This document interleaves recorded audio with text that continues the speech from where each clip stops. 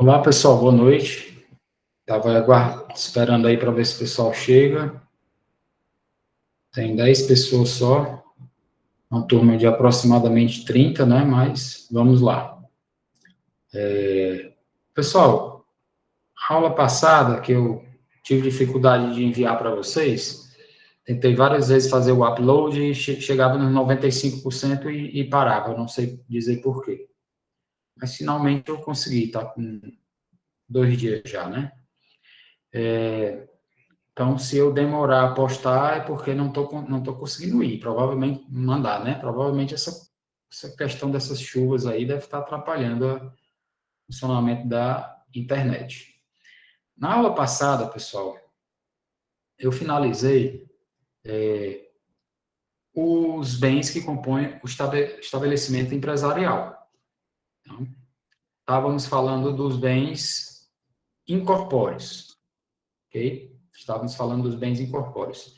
Dentre eles, no final aí, nós falamos das marcas e das patentes. Quem assistir a aula depois, quem não assistiu ainda e assistir a aula, vai ver que foi falado sobre marcas e patentes. Marcas e patentes não fazem parte do direito empresarial, certo? Marcas e patentes fazem parte do ramo específico do direito, que é o direito da propriedade industrial. Por isso, nós não vamos adentrar detalhes de marcas e patentes. Você precisa apenas saber que marcas e patentes, a empresa que tem uma marca dela ou que tem uma patente dela, essa marca e ou essa patente, ela fará parte do estabelecimento empresarial, podendo ser, portanto, alienável, né? Podendo ser alienada. E tem valor econômico. Mas é bem incorpóreo, não é isso? Marca é um direito, patente também é um direito. Os conceitos de marcas e patentes estão na apostila e estão na aula passada. Entretanto, eu não me lembro de direito, eu acho que eu não falei das validades. Então, eu falo rapidamente antes da gente andar, ir para frente. As marcas têm validade, proteção de 10 anos. As marcas, depois de registradas no INPI, elas têm uma proteção de 10 anos. E podem ser renovadas consecutivamente e indefinidamente, a cada 10 anos, certo? As patentes, que se referem, portanto, a invenções e a modelos de utilidade, na aula passada foi falado isso, aí é só ouvir lá a aula passada para saber o que é, mas o prazo de validade da patente é de 20 anos para a invenção e 15 anos para o modelo de utilidade. Esses prazos não são renováveis. Passou os 20 anos da patente de proteção de uma patente de invenção, ela cai no domínio público e todo mundo pode utilizar sem precisar mais pagar pelo uso daquela invenção. E passados 15 anos do modelo de utilidade, também cai em domínio público e ninguém mais precisa pagar para utilizar aquele modelo de utilidade, podendo apropriar-se daquele modelo ou daquela invenção. Ok? Isso aí foi falado na aula passada, só esses prazos que ficaram de fora e não estão na apostila. Eu acabei de inserir aí na apostila já, mas na apostila que vocês têm, não tem. Então, por isso que eu estou passando aqui para vocês, tá? Agora aqui nós vamos, então, dar continuidade, porque acabamos os bens que compõem o estabelecimento empresarial, né? Na aula passada falamos ainda aqui da proteção do estabelecimento empresarial, falamos também da alienação do estabelecimento empresarial e paramos aqui, ó, os livros empresariais ou comerciais. Esse conteúdo aí não foi falado na aula passada, então nós vamos falar agora. Pessoal, portanto, todo empresário, deixa eu ver aqui, alguém falou alguma coisa? Tá. Todo empresário está sujeito a diversas obrigações. Uma delas, a principal, inicial, é o registro, né? Não existe empresa sem registro. Nem o microempreendedor individual, o MEI, que é o menor de todos, pode trabalhar sem registro. O registro é simples, é rápido, é online, quase não tem formalidades, mas é necessário. Tem que escriturar regularmente os livros obrigatórios, somente os livros obrigatórios. Mas nem todas as empresas têm que escriturar livros. O MEI, por exemplo, que é o microempreendedor individual, ele não tem que fazer escrituração nenhuma. Tem que levantar também o balanço patrimonial, isso aqui vocês vão aprender a fazer, deverão aprender a fazer durante o curso de vocês, para quem está fazendo contábeis, né? Quem está fazendo administração, acredito que não vai ver isso aí, não. Entretanto, tem uma categoria de empresários que é dispensado da escrituração dos livros obrigatórios e de levantar balanço patrimonial ou de resultado econômico, que são quais? Justamente a dos microempresários, incluindo aqui o MEI, tá? E empresários de pequeno porte optantes pelo Simples Nacional. Tirando, então, o MEI e os microempresários e empresários de pequeno porte, que optem pelo Simples, todos os demais empresários devem escriturar livros obrigatórios, levantar balanço patrimonial e de resultado econômico, certo? O Simples, pessoal, que está falado aí já, é um regime tributário especial, específico, de recolhimento de diversos impostos e contribuições mediante um único pagamento. O que é que o Simples faz? É poupar o empresário de sair pagando diversos tributos, um a um, e jogar todos esses tributos dentro de um único documento a ser pago. Então, é como se você, no lugar de pagar todos diversos boletos, você pegasse e juntasse tudo e botasse num boleto só. É isso que o Simples faz. Uma das coisas que o Simples faz. Ele é específico das microempresas e empresas de pequeno porte, incluindo aí o microempreendedor individual, né? A opção pelo Simples, esse sistema tributário simplificado, ela é opcional. Entretanto, no caso do MEI, microempreendedor individual, ela não é opcional.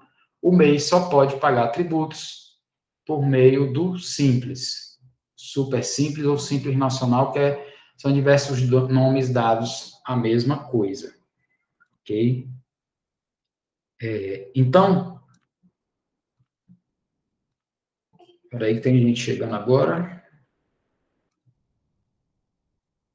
Então, pessoal, falando aí dos livros empresariais. Há dois tipos de livros empresariais, os obrigatórios e os facultativos. Como o nome está dizendo aí, os obrigatórios, o empresário tem que escriturar. Os facultativos, ele só tem esses livros se ele quiser. Se ele não quiser, ele não é obrigatório. Os livros obrigatórios são subdivididos em livros obrigatórios comuns e livros obrigatórios especiais. Os comuns são chamados de comuns porque todo empresário, tirando aquele que eu falei, o MEI, né, e o microempresário, empresário de pequeno porte, optante do Simples, tirando esse aí, todos têm que escrever o livro diário, tem que escriturar o livro diário, certo? O que é o livro diário? Aí vocês vão ver um curso de contábeis mais adiante. E os livros obrigatórios especiais, aí não são comuns a todas as empresas. Eles são especiais. Por exemplo, o livro de registro de duplicata. Só vai ter esse livro a empresa que emitir duplicata. Professor, o que é duplicata? Duplicata é uma espécie de título de crédito que nós não vamos ver porque os títulos de crédito não estão dentro do conteúdo dessa disciplina. Antes estavam, mas foram retirados. Títulos de crédito é um fim de mundo, é uma infinidade. Os alunos ficavam desesperados para estudar títulos de crédito, como cheques, notas promissórias, qual é o outro, meu Deus, que faltou agora, mas como nota promissória, cheque, duplicata. Ainda tem mais um que está me faltando na cabeça agora, dentre outros, né? Então, Os livros obrigatórios especiais, temos aí como exemplo o livro de duplicatas, que só quem emite duplicata tem esse livro. Livro de entrada e saída de mercadoria, só para quem opera armazéns gerais, que são grandes armazéns nas áreas portuárias para guardar materiais, mercadorias que foram transportadas pelos navios. Livros de registro de ações nominativas ou de atas de Assembleia Geral. Obviamente, só vão existir esses livros aí para as empresas que tiverem ações nominativas ou que tiverem assembleias gerais. Por exemplo, a limitada não tem, né? Quem é que vai ter isso aí? São as sociedades anônimas e as sociedades em comanditas por ações que nós ainda vamos ver. E os livros facultativos, o nome está dizendo aí, são aqueles que você usa se quiser. Por exemplo, o livro caixa e o livro de conta corrente, o livro cópia de cheques, que hoje em dia está totalmente em desuso, porque você simplesmente fotografa, você não, ou escaneia, não precisa fazer uma cópia do cheque com carbono, que era o que era feito antigamente. E tem outros livros aí também, de escrituração obrigatória. O Jairo, agora que eu estou vendo sua pergunta aqui. Exatamente, Jairo, isso é feito de forma digital. Antigamente isso era tudo manual, levado à junta comercial, para que o servidor da junta comercial verificasse um a um e carimbasse, dando a conformidade. Hoje isso vai tudo por via eletrônica, com reconhecimentos eletrônicos também, né? De validade eletrônica. Então, pessoal, há outros livros de escrituração obrigatória, mas que não estão diretamente ligados ao direito empresarial. Por exemplo, registro de empregados. Toda empresa que tem empregado tem que ter esse livro de registro. Aí é imposto pela legislação trabalhista e não pelo direito empresarial. Há também livros fiscais impostos pela fiscalização, pela legislação fiscal estadual, federal, municipal, como, por exemplo, a apuração de IPI e de ICMS, que aí são obrigatórios não pelo direito empresarial, mas pelo direito tributário, certo? Se não tiver nenhuma pergunta, eu vou passando aqui para frente. As consequências da irregularidade da escrituração contábil.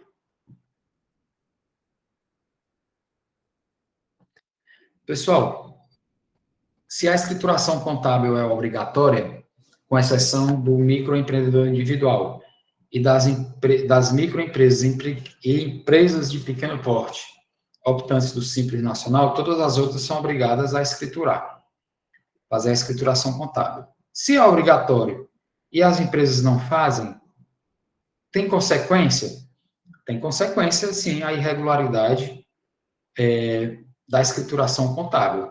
Vamos ver aqui exemplos. Isso que tem aí na apostila de vocês são exemplos porque não existe na lei, na legislação, um único rol, um único conjunto ou um único artigo ou capítulo de lei dizendo todas as consequências. Isso aí é retirado de várias leis, de vários instrumentos jurídicos, normas jurídicas, e são apresentados pelos estudiosos do direito empresarial. Então, não tem essa lista varia de autor para autor, e ela é exemplificativa. Pode ter outros exemplos que não estão aí. Mas veja aí. A falta de livros obrigatórios sujeita a consequências jurídicas na área civil. O que significa área civil, pessoal? É na parte que não se refere a direito penal. Está apenas na parte digamos assim, financeira, patrimonial, mas não entra na área penal. A área penal é quando alguma infração à norma jurídica é tão grave que já é considerado crime, certo? Então, o que difere basicamente as infrações que não são penais para as infrações penais é basicamente a gravidade que o legislador confere a uma ou a outra.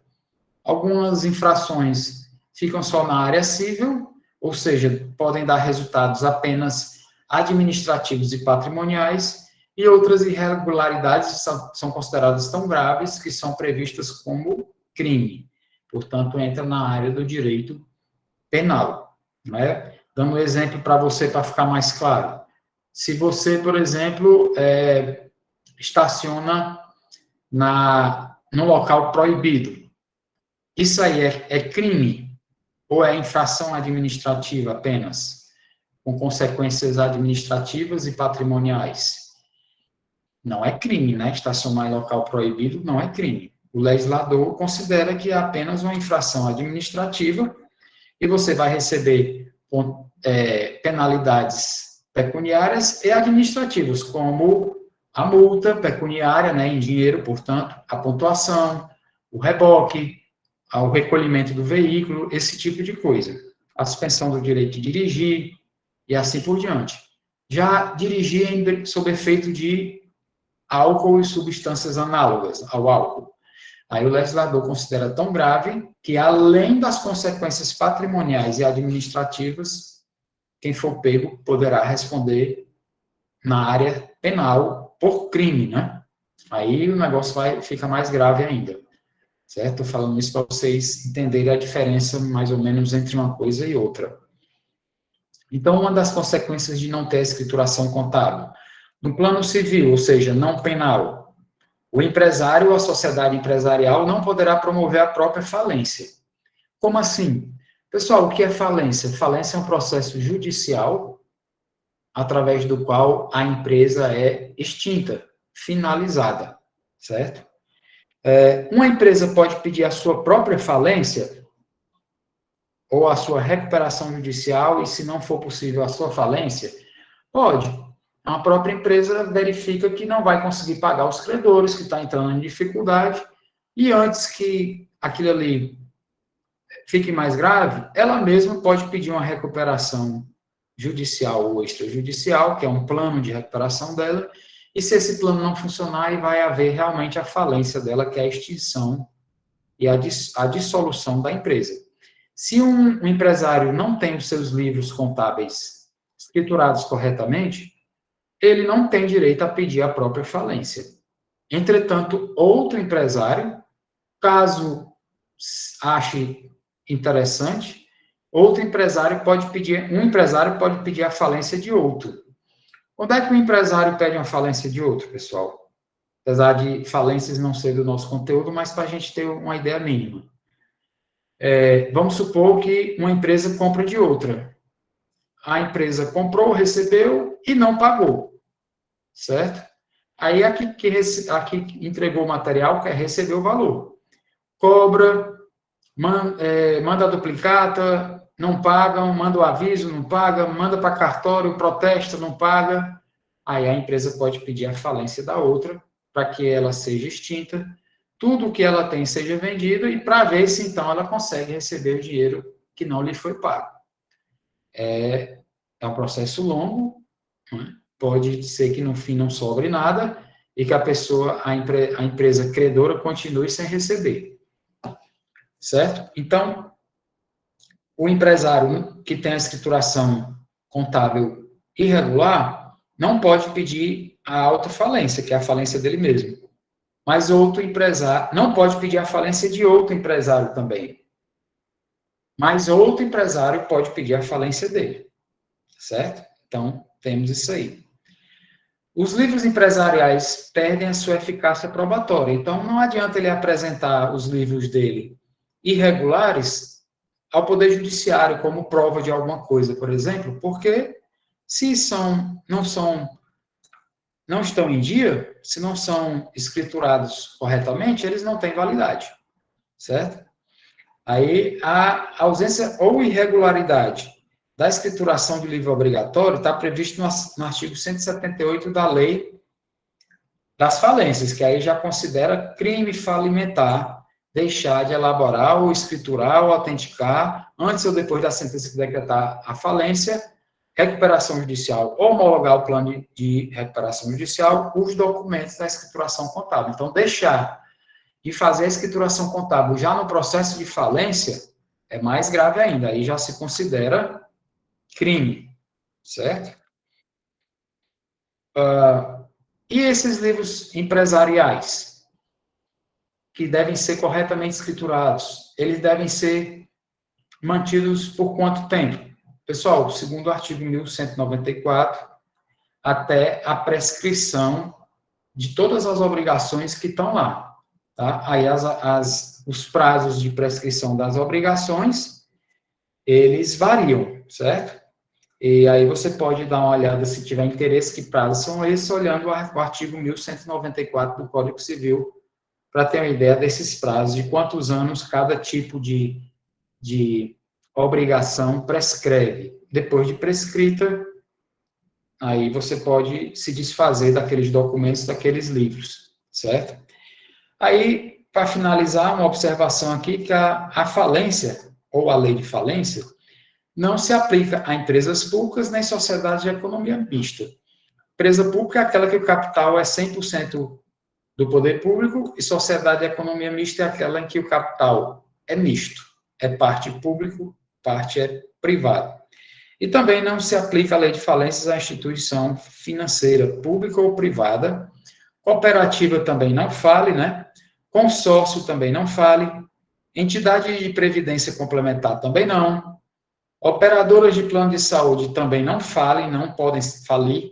Sociedade seguradora, de capitalização e outras legalmente equiparadas. Professor, se elas não podem falir, então elas se acabam como?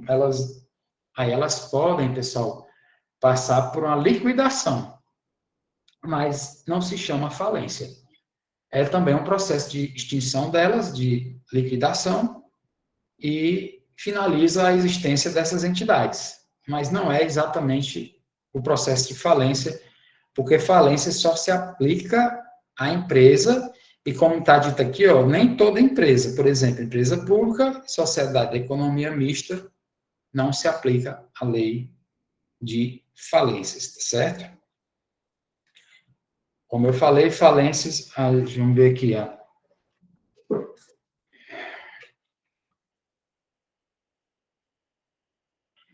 Certo, Naftali, se não houver essa regularidade completa, né, realmente vai ter a empresa vai ficar bloqueada, né?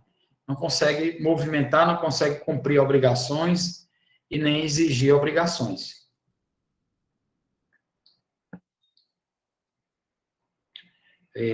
Continuando aí.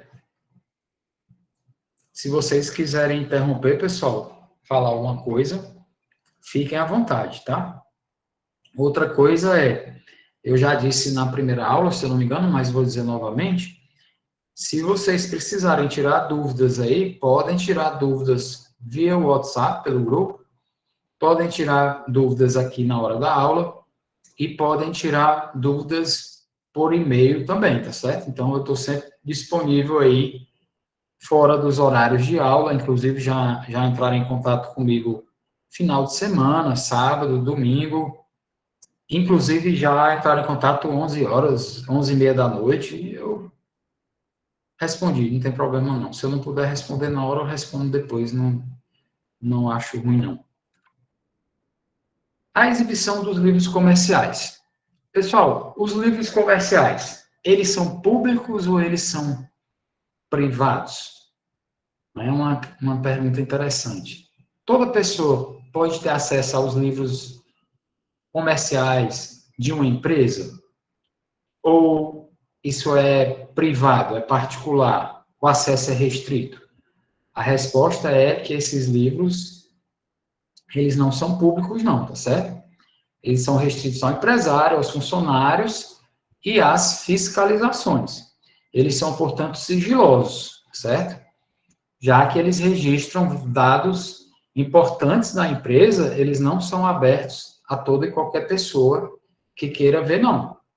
Então, se você, por exemplo, é estudante e aí está fazendo uma determinada disciplina de ciências contábeis e resolve que vai no supermercado e chega lá e pede para ir na administração, na gerência, chega lá e pede para ver determinado livro contábil da empresa. Aí a pessoa vai perguntar, pô, o senhor é fiscal? Não, sou estudante de ciências contábeis, aí eu queria ver, para ver como é que é. Não, amigo, infelizmente você não pode ver, não. Isso aqui é particular, é privado. Se for fiscal, a gente mostra, mas estudante, nós não temos interesse em mostrar, não. Não, mas eu queria ver, não, mas não vai ver, não, viu? Eu fico só querendo mesmo. Porque nós não mostramos, não, são sigilosos esses livros. Ok? Então, esse item aí não tem muito o que falar, né? O que mais que tiver que falar, está escrito aí, é só vocês darem uma lidazinha. Pessoal, vamos passando aí adiante. Nenhuma dúvida aqui no chat, nenhuma pergunta até agora. Então, vamos lá.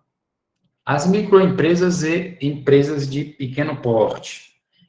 Pessoal, a Constituição Federal de 88 tem no seu artigo 170, nós já falamos isso antes, como o núcleo constitucional do direito empresarial, certo? E lá no artigo 170 é dito que o poder público dará tratamento diferenciado às microempresas e empresas de pequeno porte.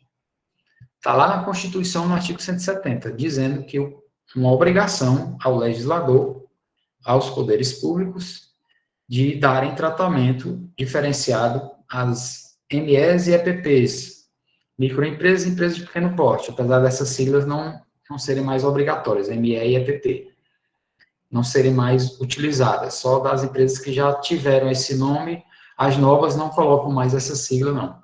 Os objetivos do artigo 170 da Constituição Federal, de dar tratamento diferenciado para as MEs e as EPPs. Olha aí, simplificar o atendimento às obrigações administrativas, tributárias, previdenciárias, creditícias e contábeis, ou seja, facilitar criação, funcionamento e extinção das micro e pequenas empresas, empresas de pequeno porte, ou seja, micro e pequenas empresas. Reduzir e simplificar as exigências relacionadas a essas empresas. Tá? Essa ordem está no artigo 170 da Constituição. A Constituição, no artigo 170, ela só deu a ordem, tá? Ela deu a ordem. Quem é que tem que cumprir essa ordem? É o legislador.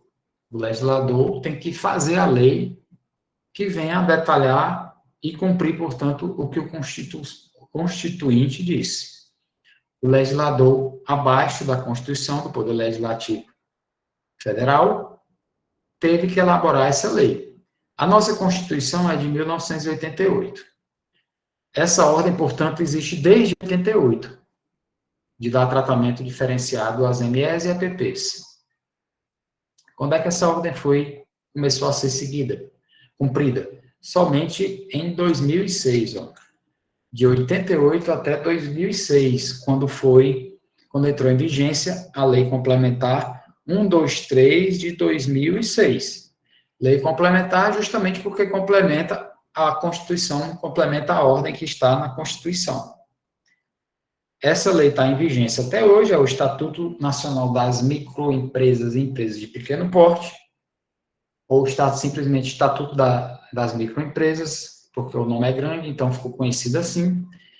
E atualmente, pessoal, as empresas, sejam individuais ou sociedades empresariais, são enquadradas como microempresas ou empresas de pequeno porte, de acordo com a sua receita bruta anual. Pessoal, então o que diz se uma sociedade, se uma empresa é microempresa ou é empresa de pequeno porte, é o valor do faturamento bruto anual. O que é o faturamento bruto anual? É o valor total do movimento dela que ela compra e vende durante um ano, certo? É isso aí que vai dizer se a empresa é micro, é pequena, é média ou é grande, certo? Esse é um dos critérios, é o principal critério. O critério do faturamento, segundo essa lei complementar 123 de 2006.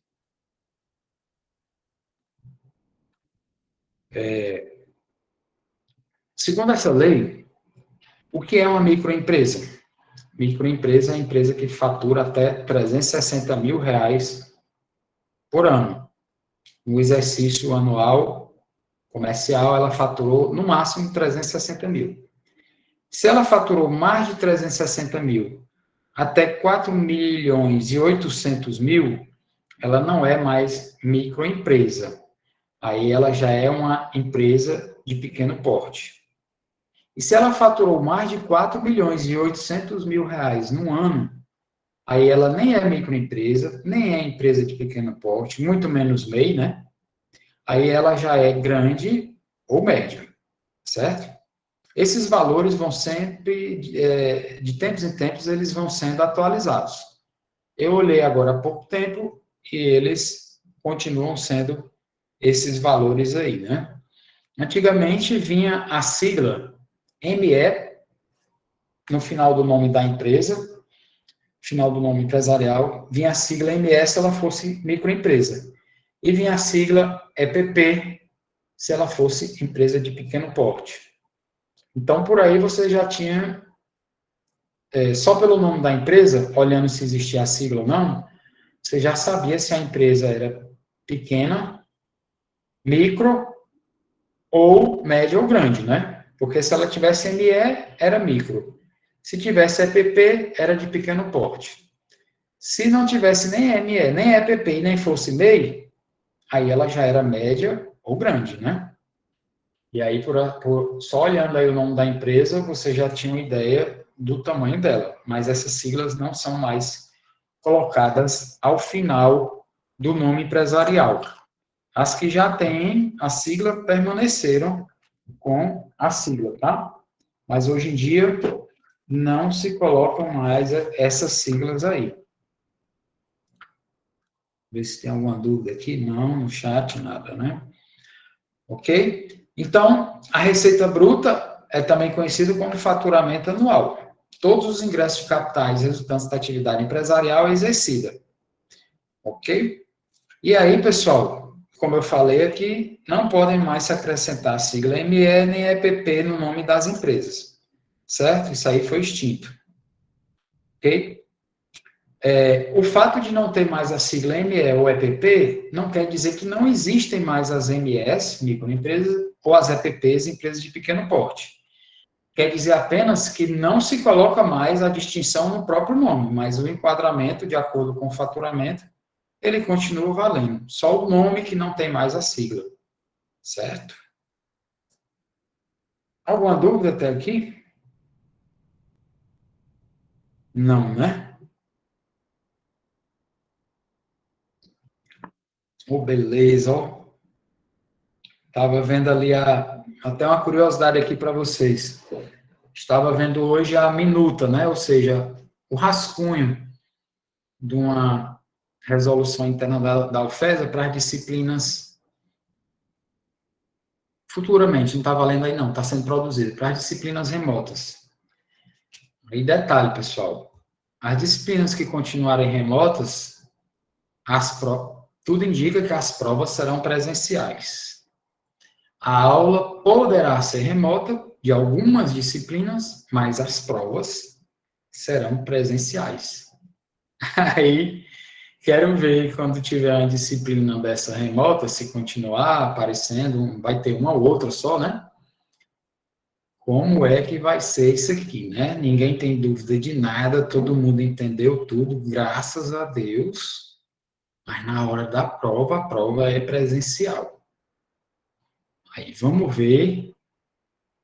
A resolução vai mudar, viu, Jairo? Não mudou ainda não. Essa é como eu estou repetindo, pessoal. É o rascunho da nova resolução, pelo amor de Deus, é um rascunho. A resolução atual não foi revogada. É um rascunho que que os professores, a comissão está elaborando. Tudo indica que vai ser assim, certo? Aí, vamos ver como vai ser isso, né? Zero de dúvida na aula. Pois é, mas realmente não é igual, não. Não tem a menor dúvida, né? Mas, assim, zero de dúvida, zero de participação, é porque deve estar tudo tranquilo, né? Mas, enfim, estou só dando aviso, não estou dizendo que está certo, nem está errado, nem sou contra, nem sou a favor, tá certo, Jair? Eu estou só te dando uma informação de antemão, por curiosidade, né? Aí, quem resolve isso não sou eu, não, viu? Eu sou apenas um professor seguidor de regras. O que eles disserem, eu tenho que seguir, né? Não sou eu quem escolhe, não, viu? Mas eu fico curioso, imaginando aí como é que vai ser isso aí, né? Vamos lá. O Simples Nacional, só para finalizar, porque eu tinha visto um movimento aí, né, da galera, que é aula remota pode ser, mas prova só. Aliás, aula presencial, né? Mas avaliação remota, né? Eu vi um movimento aí, né? Fiquei sem entender por quê. Por que será que o pessoal não quer prova presencial, hein? Por que poderá ser? Eu fico me perguntando, não tenho a menor ideia. Quem poderá responder isso? Pessoal, a apresentação aí saiu da tela? Saiu? Ah, não. Saiu, Não, não. professor, tá de boa. Ah, tá ok, porque ela apagou aqui da minha tela, não sei por quê. Pensei que tivesse saído aqui. Sim, complementando o que o senhor está falando, eu não vejo problema algum, né? Haver prova presencial, mas desde que as aulas também sejam presencial, né? Porque, no caso, É, eles teriam que adotar o modelo híbrido, se é, fosse desse modo aí. eu E acho também muito. não vejo por que de não voltar, né?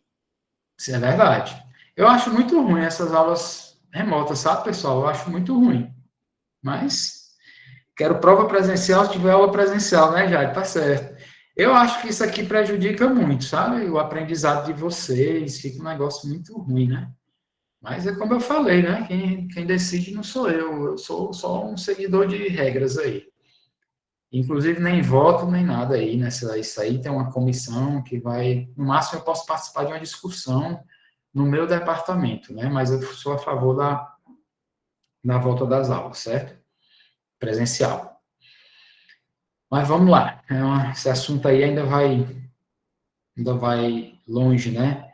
Já doido para assistir aula, né? Já na sala de aula, perturbar os amigos, jogar papel nos outros, perturbar o professor, não deixar o professor dar aula. Eu entendo você, Jair. Lá, pelo menos, a gente tem um movimentozinho, uma interação, né, meu amigo? Porque aqui eu fico falando para o computador, não vejo nem as caras de abuso dos alunos, não vejo ninguém revirando os olhos para mim. Muito chato, uma saudade dos alunos revirando os olhos. Uma saudade, né, Jair? Dos alunos recebendo as provas, revirando os olhos, dando rabisaca e batendo nas portas da sala, e outros mortos de felizes, né, porque tiraram 10. Mas vamos lá, voltando para a aula aqui, senão a gente não volta nunca mais, né, fica só nisso aí. Vamos lá, deixa eu ver aqui até onde, vamos já finalizar, tá, pessoal? Para não ficar cansativo demais. Pessoal, Simples Nacional. A gente vai já finalizar, aguenta mais um pouquinho aí. O Simples Nacional Super Simples entrou em vigência em 2007, certo?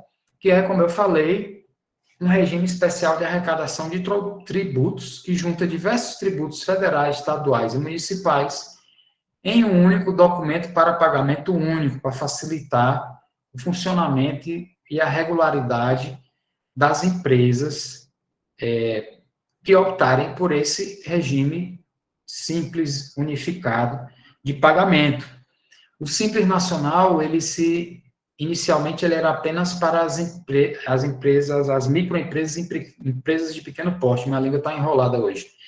Depois houve um crescimento, um avanço, uma ampliação para diversas outras atividades que nem sequer são consideradas empresariais. Mas ele deu tão certo que houve uma universalização do Simples para diversas atividades que nem sequer são consideradas de empresas, certo? E aí, então, no dia 7 de agosto de 2014, alguns de vocês não eram nem nascidos ainda, entrou em vigência essa lei complementar 147 de 2000, aliás, mentira, aqui já foi a universalização, né? A vigência inicial foi em 2007, mas em 2014 ela foi universalizada. E aí diversas atividades que antes não podiam pagar os tributos através de um único documento foram incluídos. E aí entraram, então, os médicos, os corretores, diversos outros profissionais, que antes eram excluídos. Aqui na apostila de vocês, temos aí exemplos de várias atividades que antes não eram beneficiadas, eram prestações de serviço, não eram empresas, muitos eram profissionais liberais que atuavam por conta própria, sem empresa, ou então com empresa, mas sem direito a optar pelo Simples. E aí agora não, desde essa época aí, 2014, eles podem pagar tributos federais, estaduais e municipais através de um único documento, tá certo? Aí tem aqui essa lista grande aqui, ela fica sendo modificada de vez em quando, e vocês podem dar uma lida aí, certo? E aí, então, até as sociedades empresariais, aliás, advocatícias, foram incluídas aí, que elas ficavam fora. Qual é a importância desse regime diferenciado? Redução de custos para o próprio poder público, né? É muito mais fácil fiscalizar o pagamento de um único documento do que fiscalizar o pagamento de diversos documentos. Correto? Vê se tem alguma pergunta aqui. Não. Redução da carga tributária. Dizem que reduziu mesmo, os analistas dizem que reduziu mesmo. Linhas especiais de crédito, realmente existem essas linhas especiais de crédito para microempresas e empresas de pequeno porte, optantes do Simples Nacional, existe mesmo essa linha de crédito especial nos bancos, tá? Simplificação das obrigações trabalhistas, parece que não funcionou. Não houve redução de obrigações trabalhistas, não. Pelo que eu sei, isso aí não houve mudança. Previsão de mecanismo de favorecimento em caso de licitação pública. O que é licitação pública, pessoal? Isso aí faz parte do direito administrativo, direito público, não é do direito empresarial, que é direito privado. Licitação é uma das formas que o poder público tem de contratar ou comprar produtos e serviços dos particulares. O poder público não pode, como nós podemos, chegar em qualquer local e comprar o que quiser, se o dinheiro der, né? O poder público não pode fazer assim, ele tem que procurar, teoricamente, ele tem que procurar a melhor oferta, pelo melhor preço, pela melhor qualidade. E esse processo se dá por licitação pública, que há várias formas previstas na lei de licitação pública de como o poder público deve adquirir bens e serviços. Quem for microempresa, empresa de pequeno porte, optante do Simples Nacional, se estiver tentando vender produtos e serviços para o poder público, ou seja, para a administração pública direta ou indireta, se, por exemplo, uma microempresa, optante do Simples Nacional, oferecer o mesmo produto pelo mesmo preço que uma grande empresa oferecer, empatando, então quem deve, segundo essa obrigação aí, essa facilidade, quem deve ganhar a licitação é a empresa optante do Simples, a microempresa, a empresa de pequeno porte, deixando a grande do lado de fora, certo? Dispensa de escrituração mercantil, nós já falamos aqui, embora a obrigação da emissão da nota fiscal continua, né? Nem todas as atividades são passíveis de pagar seus tributos por meio de um único documento, o Super Simples Nacional. Por exemplo, fabricação de automóveis e motocicletas fica fora. Essa lista de atividades, ela fica sempre sendo atualizada, ela é uma lista grande, e quem quiser pode procurar na internet, porque ela fica sempre modificando. A adesão, ela é facultativa para aqueles que se enquadram nos requisitos, mas não é obrigatória, com exceção para o microempreendedor individual, que é o que nós vamos ver na próxima aula, tá certo? Pessoal, alguém gostaria de perguntar, falar alguma coisa, dizer alguma coisa? Nós estamos chegando perto de finalizar o conteúdo da primeira prova. Deixa eu passar aqui rapidamente para dar uma olhada, para olhar aqui até onde vai. Pronto, pessoal. Só falta o MEI. O MEI é a microempreendedor individual, né? Que vai ser dado na próxima aula, que vai ser gravada e mandada para vocês na quinta-feira. Geralmente eu tenho mandado só no dia seguinte, na sexta. Quando finalizarmos aí, nós vamos continuar a matéria, mas nós vamos pegar na próxima aula que tiver ao vivo, ou seja, na outra terça-feira, a gente marca, em comum acordo com vocês, qual é a data que vocês querem fazer a primeira avaliação, certo? Então, está chegando perto aí da primeira avaliação. Alguém gostaria de perguntar alguma coisa, falar alguma coisa? Fiquem à vontade.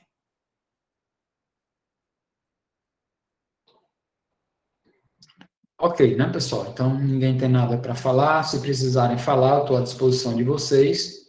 Podem me procurar, viu? Será uma satisfação, um prazer atender vocês em qualquer horário. Se eu não atender na hora, eu atendo assim que possível, ok? Então, pessoal, tudo de bom para vocês. Quinta-feira, aulinha gravada, vai ser bem curtinha, só para a gente finalizar esse conteúdo, para não entrar no conteúdo da outra prova, tá? Boa noite, obrigado pela atenção, tudo de bom para vocês. Estou encerrando aqui. Fui!